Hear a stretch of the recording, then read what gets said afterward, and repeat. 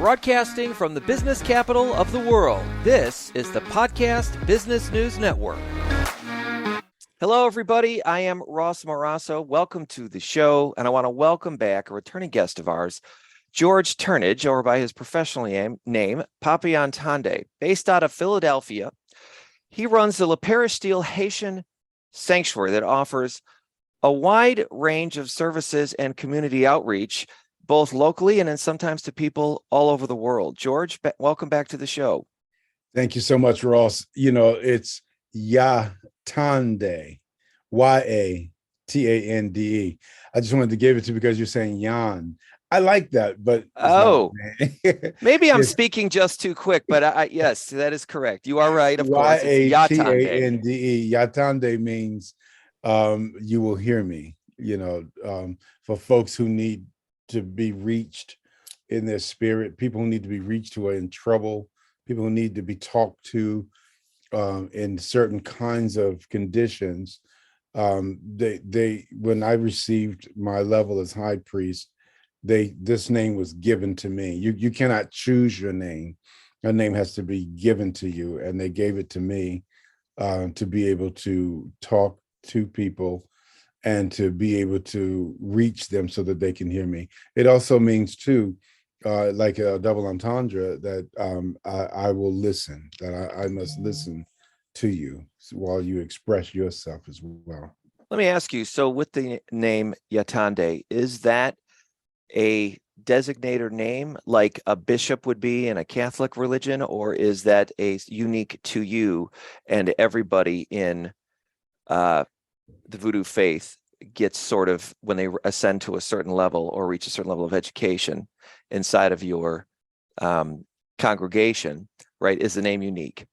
Very good question. In Catholicism, borrowed a lot of traditions out of African spirituality, and one of the things that they borrowed that tend to stick, and most of the Abrahamic faiths do it, was the naming of a person once they have ascended to a certain height. Like the Pope, for example, can be either Pius or Paul or John, depending upon which one of the apostles really felt, really moved them in a certain way. And so therefore they could choose their own name. But with us, we cannot choose our name. Our name has to be divined for us, meaning in a spiritual reading, the elders and the high priest must get together to look at you in a kind of what you would call a reading, and they then pick out the name that was they are given the name that was described. They find out who you are, what you do, what you've done, and what your mission will be spiritually, and then they say he will be called Yatande. So it's possible that the name could be duplicated for other members. However, oh yes, okay, but it's not automatic. Then it is sort of specific to each priest. Yeah, you have to be that. You have to have that spirit, that particular thing in you that says that this is your mission. This is what you will do. You will work for the people. And if you don't, they really come after you. Meaning like not to because it's voodoo. I know everybody's like, oh my God, they're coming to get you. No, what it means is that you will fail in your mission. And by failing your mission, they will definitely, the spirit of the Loa will come and tell you, that you need to do this. You need to pay attention to that. You will have the dreams. You will have the visits. And if you don't, after all of the prompting, you will just begin to descend. You'll just fall apart. You end up just going to get a job somewhere. And it's kind of a, not necessarily a sad ending, because they're not trying to kill you or to destroy you, but you didn't do the job that you were hired to do, so to speak. When you're brought into faith, Ross, you have it's upon you to help people. it's upon you to make sure that you give the guidance to people that they need. It's not necessarily have anything to do with money. You know, money can be possible if that's in your path. You want to get rich, Mm. you want to have possessions and things like that. Okay, but also, what about happiness? What about peace in mind and in heart? You know, what about kindness? You know, what about your ability to outreach? That's one of the things that you saw me this morning coming from the Whosoever Will mission. I take clothes, really, really wonderful clothes, not just anything, but I give to the missions so that people who can or do not have the ability to clothe themselves or dress can really find really, really good clothing and good quality clothing, not just something else, but that's what the name is. That's what the calling is for you to help people. If you help people, then the Spirit will help you. For anybody who wants to connect with you, Papa Yatande, there is, for openers, your website, which is Le Peristyle Haitian Sanctuary.com. Now that is spelled Leperisty. LE. Yes, LE Haitian Sanctuary.com. Or a more simpler way, grohungun at gmail.com, which is GROHUNGAN at Right. gmail.com. So what is your church and congregation up to? Do we call it a church? Like, what have you been up to these days in Philadelphia? Yeah, most people call it a sanctuary. Sanctuary. Or because the Dahomey word for it is umafor. And most people won't necessarily, some people say humafor or the humafor or the umfor. But sanctuary is, you know, or church is just the same. The what we've been up to, recovering the loss of my wife, as you know, in May of last year. We lost her, and trying to when a master or the leader of the sanctuary dies, it takes 1 year and 1 day of observance. You know, before you can go on to just continue with typical practices. Now you can do other things in the practice, for example, because you always hear me say weeping endures the night. So that means that my neighbor, my person down the street, someone who calls me, someone listening to us right now may have problems in their marriage, you know, may have problems in relationships, can call me and I'll still be able to deal with them, even though there would not be any ceremonial drumming, because you can't drum or invoke for that 1 year, 1 day. So coming up this year, May 8th, no, I'm sorry, March 9th, because she died May 8th. No. March 8th, it sounds like, right? Yeah, March the 8th was when she passed. So when we get to March the 8th, we then go to do what we call the service of the water for Mambo Aizan, which is interesting, because when you are born, when your daughter or son was born, the woman, the child is in the womb, in the placenta, the water breaks. What does that mean? And in Dahomey, or in African faiths, and pretty much in all faiths who pretty much who has that understanding, is what they call the river, and the child is then delivered on the river. That water that's broke comes through is river water. So it is time now for what was being delivered to you, which is your daughter, your son, and they are now being delivered on the water. Well, the same thing happens when we die. They then take the spirit, and it goes back to the water. And there's after 1 year, 1 day, there is a service that is done that bring you again, delivering you from the water in your new elevation in life. And then that will then deliver you to a place where then you will be amongst other forces and other spirits. I mean, it's a really, really beautiful, beautiful thing, heartfelt. The whole thing is nothing like a funeral or anything like that, because it's a rebirth. People are overjoyed and crying and things like that, but at the same time, that what's happening is the person is delivered into the soul, into the space, into the arms of elders and ancestry and their forces, and then they're given then again their assignment of what they must do. So your wife was a leader of your Yes. sanctuary. What was her name and what was she like? Gro Mambo Angela Novayana Daizol. I'll break that down for you. Gro Mambo started in Philadelphia as a young dancer who had a dance company called Spirit Cultural Dance Ensemble. Mambo always loved African culture and dance. One day she got very sick. Long story short, she had to become a priestess that actually saved her life.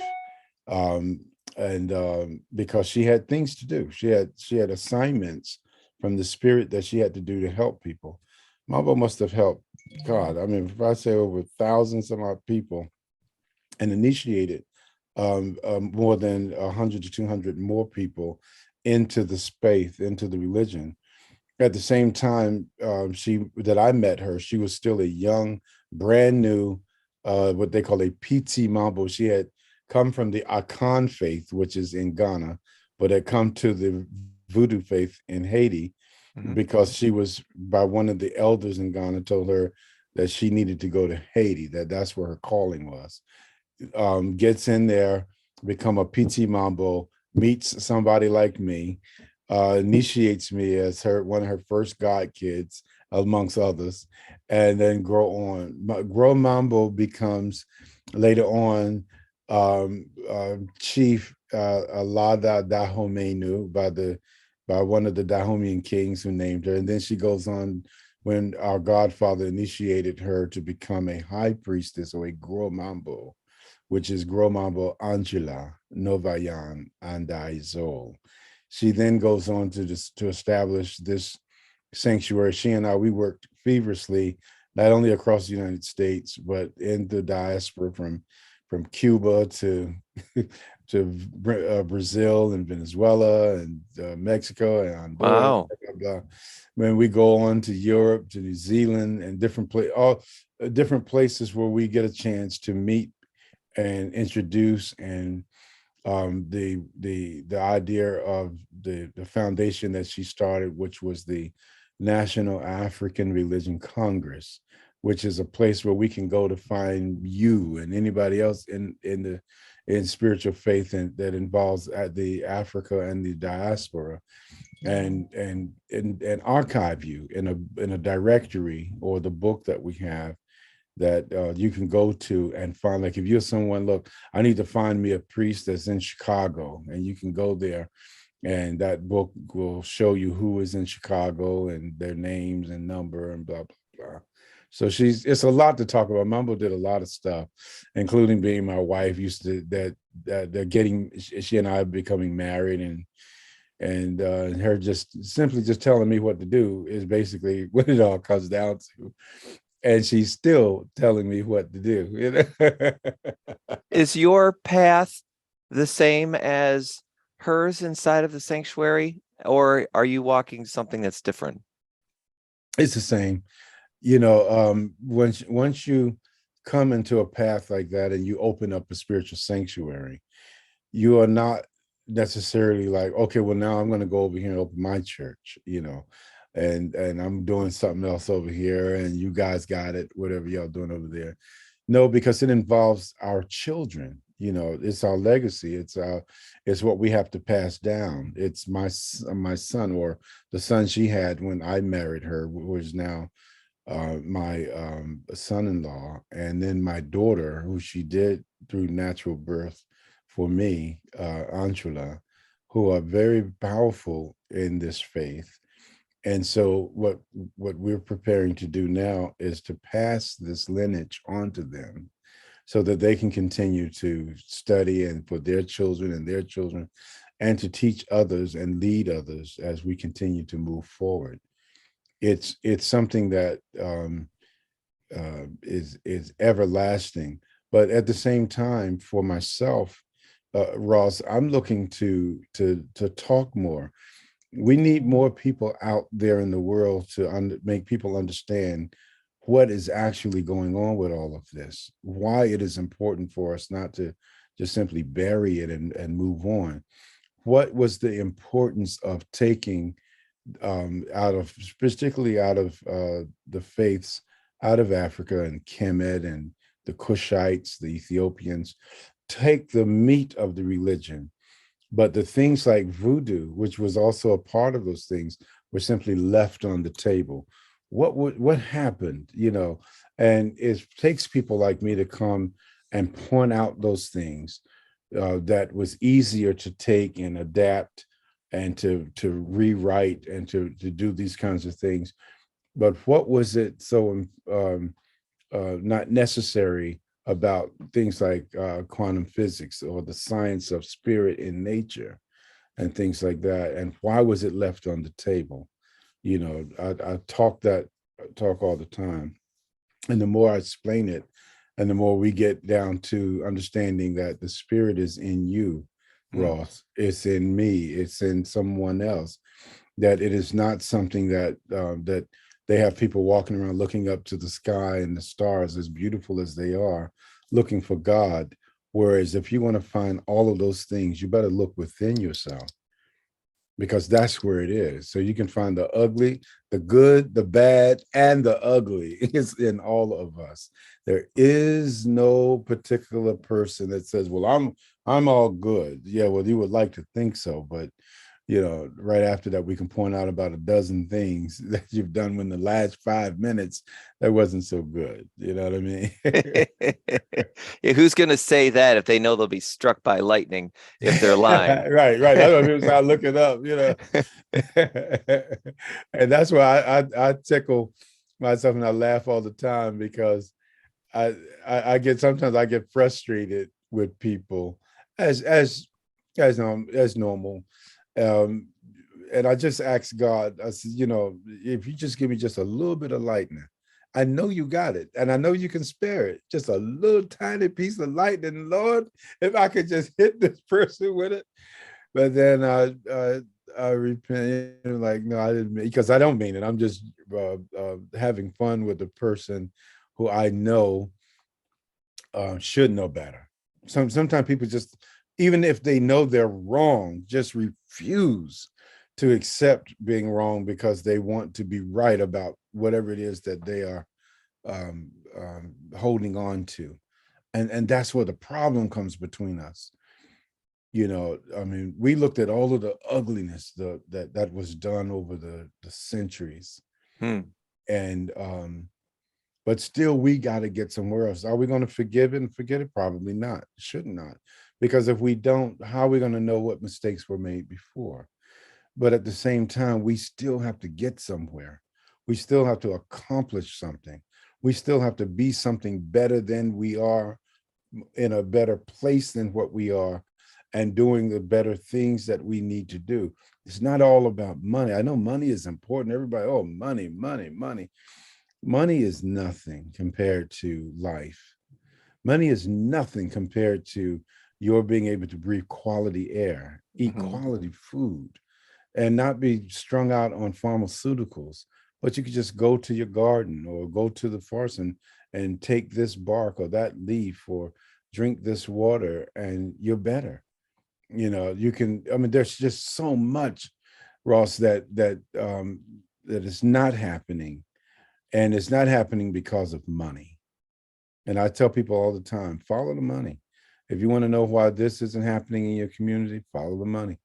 If it's not in your hospital, it's not in your healthcare system, if it's not in your policing system, if it's not in, I mean, we can just go on and on and on. I just follow the money.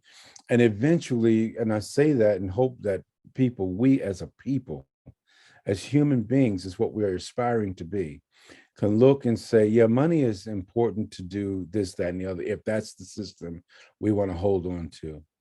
But what's more important is the fact that Ross isn't doing so well. Why am I in a house? I got 12 bedrooms. He's stuck over there. He's not doing well. He's depressed. His mind, I can sleep at night, sleep good, knowing this. And I know you. I see your struggle. No. I'm like, Ross, come on, man.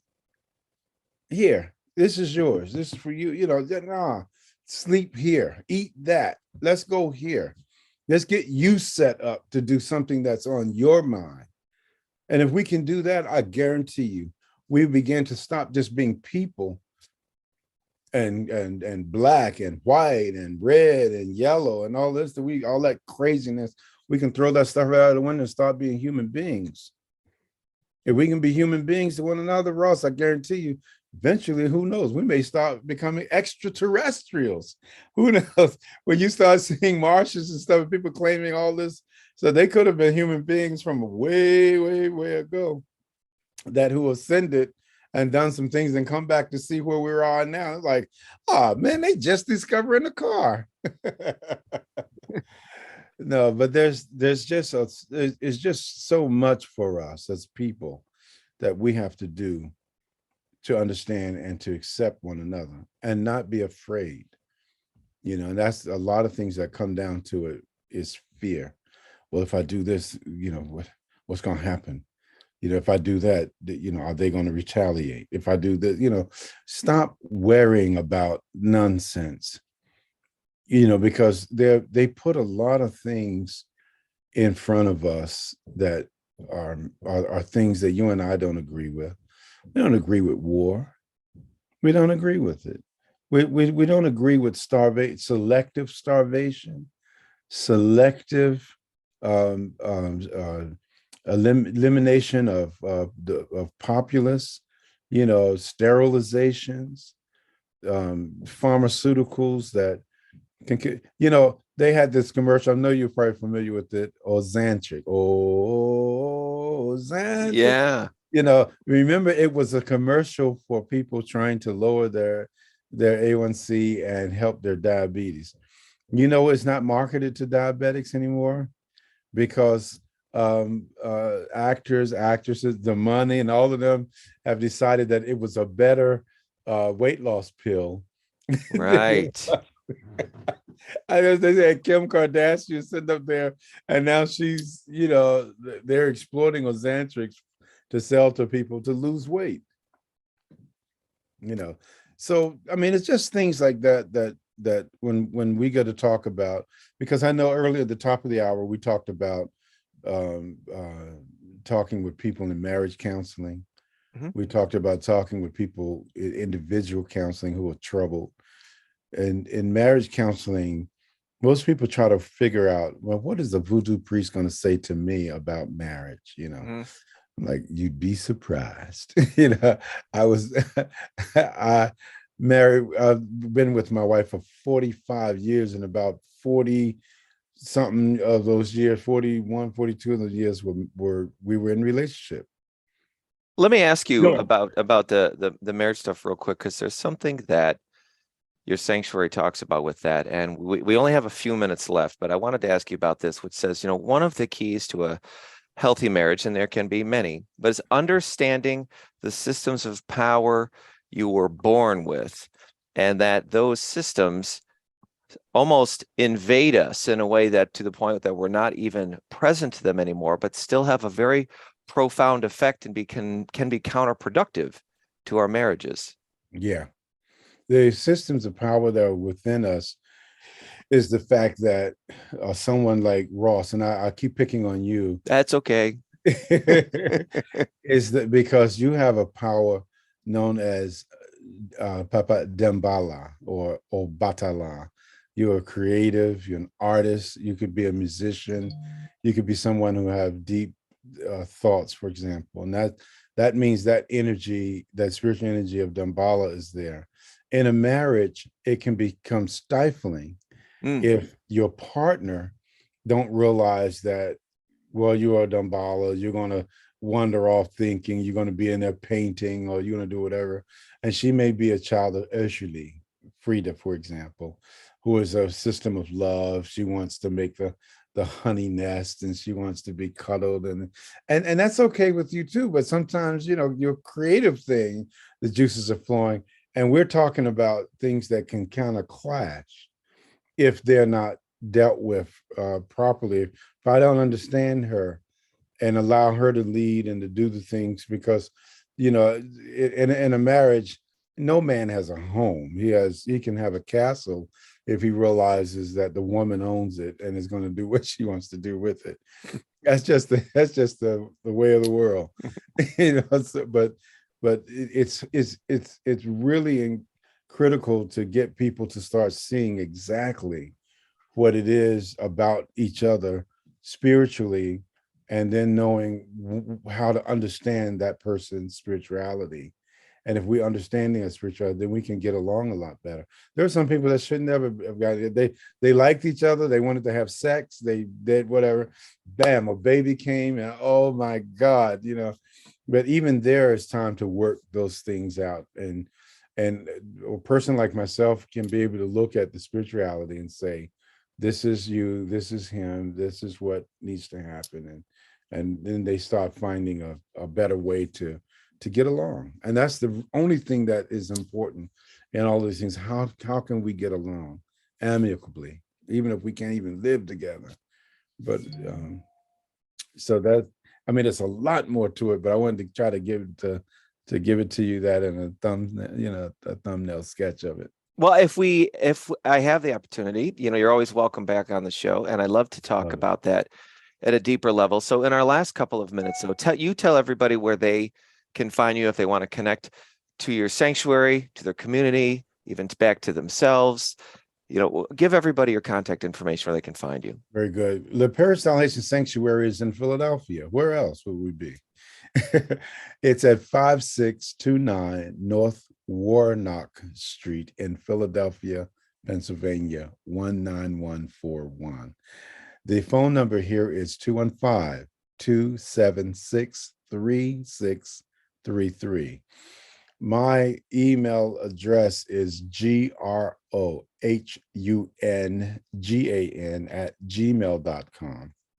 Hey, call me at 215-276-3633 or 215-869-5322. Yatande@yatande.com is where you can also reach me. My new website is being built. The guys told me they're going as quickly as they can. When I have it all set up for these types of events, I'll make sure that I give it out to you. But for now, that's where you can reach me. And listen, I'm talking to you who are looking into the camera or wherever you can see me. You need to talk to me. You need to stop being troubled. You need to stop sitting around or sitting on the fence. You need to stop thinking that you have every answer in your head. I know I don't have every answer, but together we can work it out. God bless you. George Turnage, Papa Yatande from the Peristyle Haitian Sanctuary out in Philadelphia. It's truly a pleasure as always. Thank you very much. Ross. You're my main man. I like you a lot. And thank you to everybody else for tuning in today. I am Ross Morasso. Until next time. Are you looking for even more of the podcasts and hosts that you love? The Podcast Business News Network is proud to announce that you now have even more ways to listen live. Check out the MyTuner Radio, online radio box, and Simple Radio apps on iOS and Android, or find us online. Search for Business News Network on mytuner-radio.com or search Podcast Business News Network on streama.com and onlineradiobox.com/US. Take your podcast on the go and don't miss a minute of the action.